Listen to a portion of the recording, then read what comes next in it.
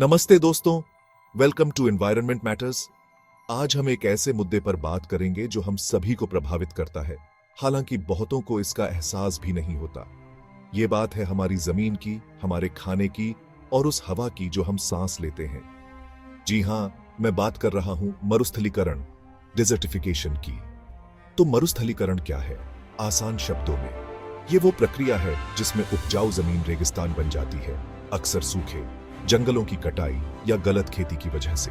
ये सिर्फ हरे भरे नजारे खोने की बात नहीं है, ये उस जमीन को खोने के बारे में है जो हमें खिलाती और संभालती है। अब कुछ तथ्यों पर नजर डालते हैं। क्या आप जानते हैं कि हर साल लगभग 12 मिलियन हेक्टेयर उपजाऊ जमीन मरुस्थलीकरण के कारण बंजर हो जाती है? इसे समझने के लिए इतना समझ लीजिए कि हर साल बेनिन या बुल्गारिया के बराबर जमीन खो जाती है। कल्पना कीजिए कि हर साल एक पूरे देश के बराबर उपजाऊ जमीन खोना चौंकाने वाला है ना?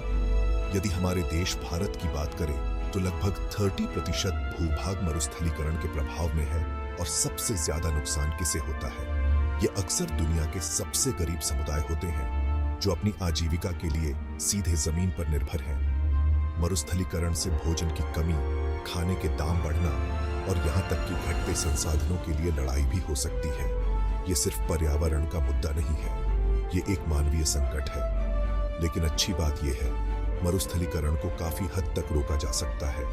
बेहतर जमीन प्रबंधन, ज्यादा टिकाऊ खेती के तरीके और पानी का समझदारी से इस्तेमाल, ये सभी इस समस्या से लड़ने में मदद कर सकते हैं। तो हम इसके बारे में क्या कर सकते हैं?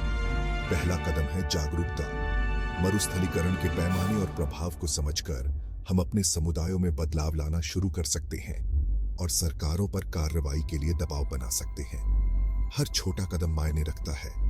याद रखिए, जमीन सिर्फ वो जगह नहीं है जहां हम अपने घर बनाते हैं या अपना खाना उगाते हैं। ये उस पारिस्थितिक तंत्र का एक महत्वपूर्ण हिस्सा है जो पृथ्वी पर जीवन को बनाए रखता है। आइए इसे हल्के में न लें। सुनने के लिए शुक्रिया, और चलिए मिलकर कुछ फर्क लाते हैं। जिज्ञासु बने रहे, जानकारी रखें। Like and subscribe environment matters for regular updates. Thanks for watching.